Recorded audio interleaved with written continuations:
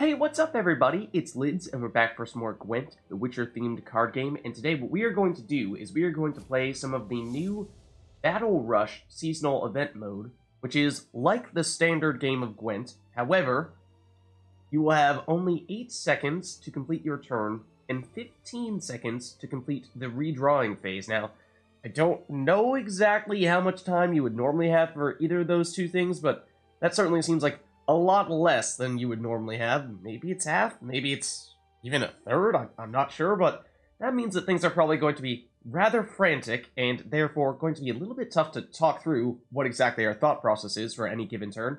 Let's give this a shot, and, well, I don't know what exactly people might do to deliberately build around this type of season, but I suppose maybe we'll start to get a sense, so here goes nothing. Going against Skoyatel. Okay, I also don't know which faction might be best here, but gonna have to redraw quickly here. Let's think as to who we want to get rid of immediately. I think this might work. Let's stick with it. Is that half the amount of time you normally have? Maybe something like that. Our opponent goes first, which gives us a little bit more time. Let's think preemptively about what we want to play in the first round. Maybe let's go for Redanian Knight, because that one does get boosted. And you see, wow. Our opponent almost ran out of time and basically played their card immediately. We almost ran out of time and we played our card basically immediately. So yeah, I think any card that requires that you make extra clicks, good luck. I'm not sure if you're going to have any time to play it or use those abilities. Like here, okay, deploy and gain 2 armor for a card in your hand, sure. I'm just going to play a bunch of cards that get boosted without us doing anything, like this one gets boosted at the end of each round. As long as we don't use the skill, and like I said, we very well may not have time to use this skill. Similar with Redanian Knight here. I think that guy's gonna damage Redanian Knight, get rid of armor, which means he will no longer get boosted each turn. I'm gonna play Carrick City Guard this turn again, for more of the boosts per turn. And as for what comes after this, maybe Siege Tower? Boost by 3 if it's in between 2 soldiers. I believe these are both soldiers. They are. And then I'm thinking we'll pass after this. And then we do have a pretty sizable lead here. And we are still getting boosted 1 per round. Of course, Redanian Knight isn't anymore, but that would seem to suggest that it's going to be hard for our opponent to catch up. Does have a lot of damage with this setup here. That is their strength. However, at least at the moment, we're still in the lead, so let's pass. If our opponent wants to play extra cards to try to catch up to us, then fine. We'll go in with a card advantage for the next round. That is strong. But oh, look at that. Now we're tied. Oh, and did they need to play another card there? I honestly didn't even have time to see if they did. I don't think so. I think their damage was enough for them to pull through with only having to play, what, 1 or 2 extra cards? So we do have a card advantage, but it's not huge here. As for whether that will ultimately pay off or not, oh, it is a 2-card advantage. Okay. What do we want here? Good question. I don't really know. Maybe change Stennis because he requires some actual thinking as to who we apply his boost to. Our opponent goes immediately. Let's play this card, which has resilience, so he will carry over into the next round. That seems like a good way for us to prep for that. Otherwise, is there any card that we want to get rid of because we don't want it for the next round? I don't think so. Let's pass. So we win round 2. Quickest round anyone has ever seen. Possibly even faster than rounds in which someone passes immediately. Well, our opponent did pass immediately. Okay, and here we have lots of boosting, and we do have a Trident Infantry to deal damage when he gets boosted. As for whether we will have enough time to make a point of actually putting those in the right place, that remains to be seen. Let's actually lead off with a Temerian Drummer and boost him. Then we'll go maybe Anna Strenger next, and then try them in between on the next turn.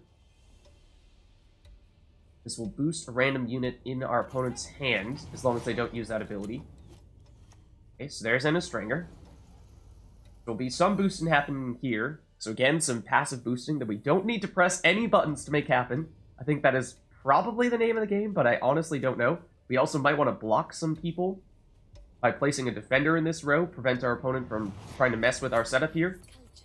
But actually, that card allowed our opponent to draw their strongest card and allowed us to draw our weakest card. But it turned out that was Tridem, and it's probably exactly the card we would have wanted to have, because we can place another one right there, and it will still get boosted for Mana Stranger. So I think this is working out pretty well for us, unless our opponent has some pretty nasty ace up their sleeve, which they very well could. So I think I'm getting a little nervous, though. Let's put down the defender so that our opponent can't do anything to either delete or damage some of these cards here in any way, shape, or form. You'll have to go through this guy first, and then we'll play Tridem in the next turn. Okay, that is a card that at least can have Resilience, which is not terribly relevant anymore. Immunity, though, if they play it in the range row, which means that we won't be able to target it specifically. Which is fine, because we kind of deliberately chose cards that we didn't think were gonna have to require any additional clicks, and targeting our opponents, yeah, that would require additional clicks, so no thank you. We do have a lead here. Pretty sizable one at that, but there is a defender. So our opponent doing something like what we've done here. And let's play another Temerian Drummer to boost in the other row as well. And then I think we go with Dandelion Poet next, just to see what we get there. This is going to be tricky, because we will have to choose which additional card to play, and we'll draw an additional card. It will take some time. I'm not sure we're going to have enough time to make that work. And unfortunately, our opponent does have a 12 strength unit, which we will not be able to target with our Geralt. Okay, let's play Kira Metz. Reason for that being... Uh-oh. We have time to use our boost ability? We did not. Okay, so we were not quick enough there. We did lose out on using our Kira ability there. Kira gives Vitality to neighboring units. So that takes one turn for that to use one of those boosts, and there's 4 of it. So that meant that we wanted to get her down relatively early, I think. And let's see, we could delete this guy now, but I don't think we have much time to do that. Ooh, this is actually perfect. Come on, sneak in the hero ability. No, the animations take too long, so I couldn't do it. Or did we? I think we actually did. Okay, so this guy is much like Tridem Infantry in that when he gets boosted, he deals 2 bleeding. So that is basically the perfect card we wanted here. Now I think we delete this guy.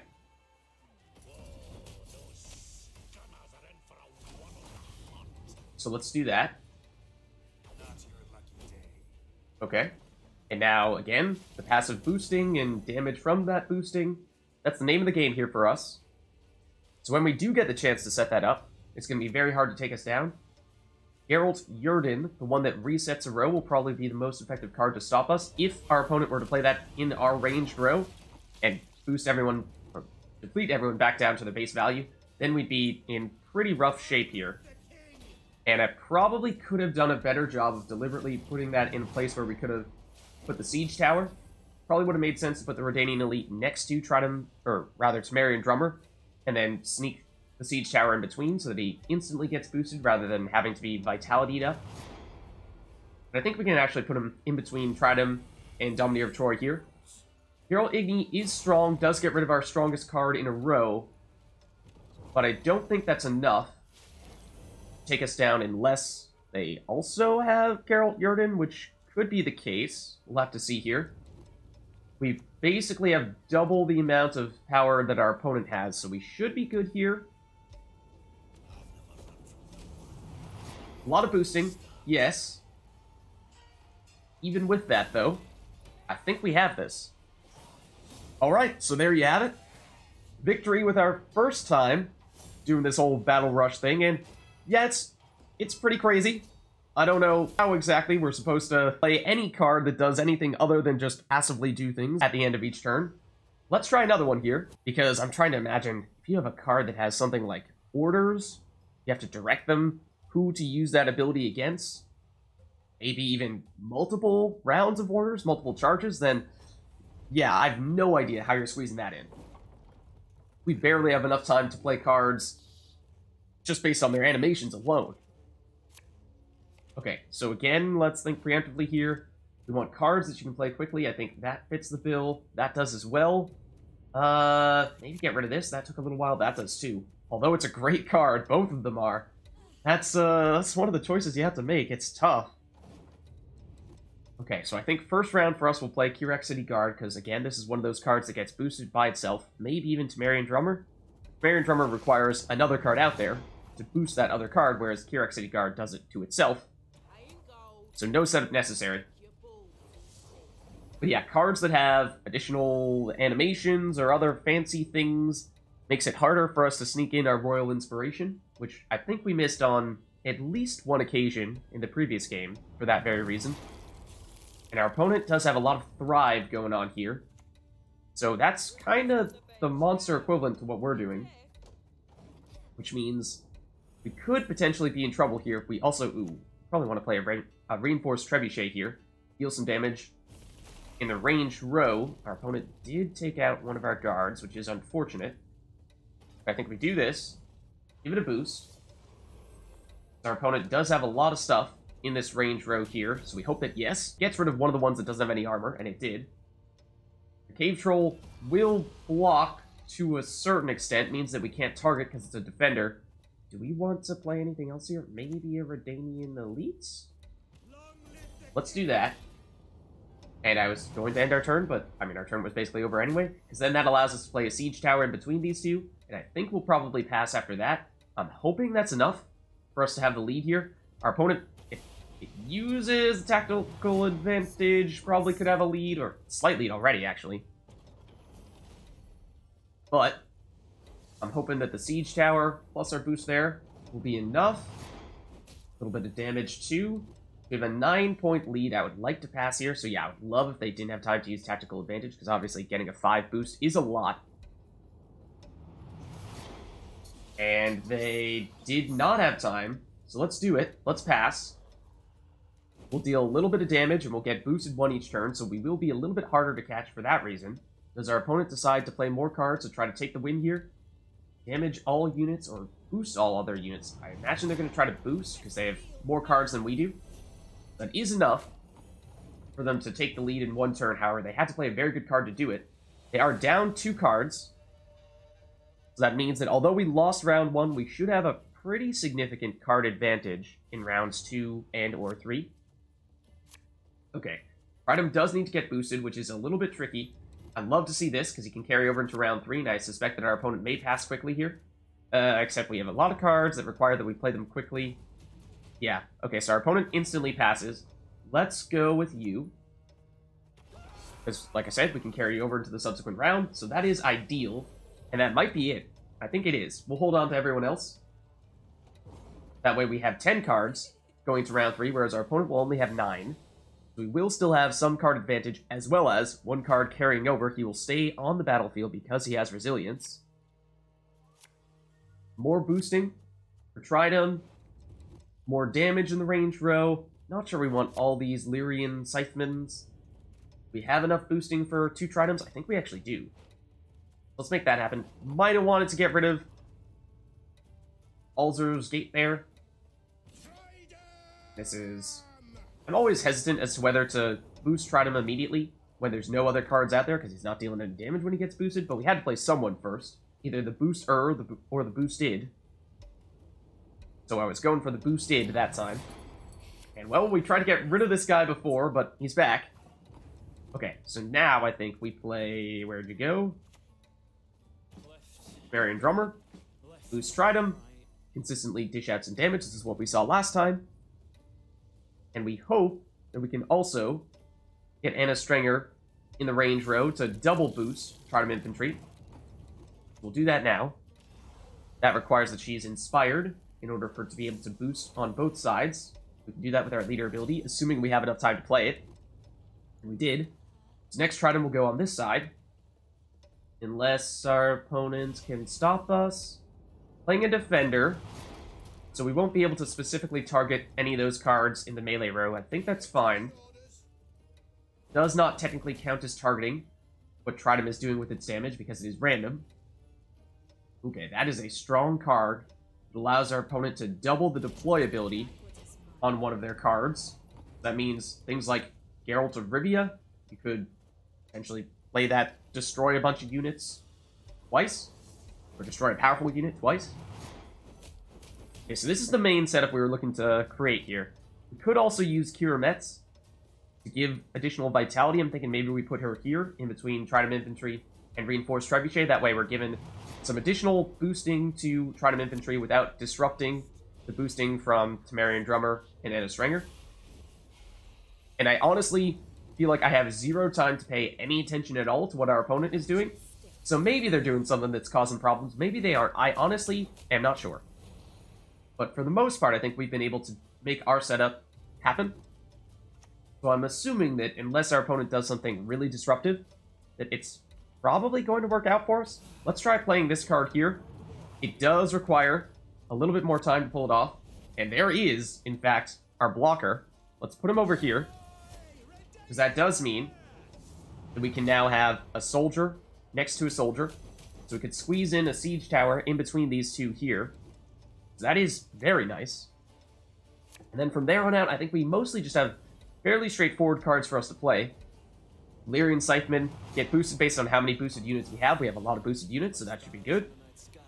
Redanian Elite is also a card that gets boosted, so that'll make these guys more powerful still. Our opponent somehow had time to sneak in Trash Talk there. Don't ask me how. But I think things are working out for us here. They'll spawn more units, sure. They might have one of the cards that destroys all 1-strength units. That is a thing, and then gets powered up based on how many times you do that. But we theoretically should be able to get rid of some of them here with all of our damage. Have done that. So now they're boosting everything, and there are a lot of units to boost. But this is what I was talking about before. These guys get boosted by the total number of boosted units, and there are a lot of those. And our opponent says, that is enough. I know I cannot catch you. Alright, so they have forfeited. And there's a look at what this whole Battle Rush seasonal event is all about. It is chaotic for certain. Let me know down in the comments, what would you do differently with your setup to play in this seasonal event? Do you feel like you'd have to change the type of cards you put in your deck? Are there specific factions or abilities that you feel like would be particularly effective? Because obviously I'm new to this as well, and it seems like what we had set up there was fairly effective, but maybe that was just beginner's luck. So thanks everyone for watching, hope you enjoyed it, and I'll catch you in the next one.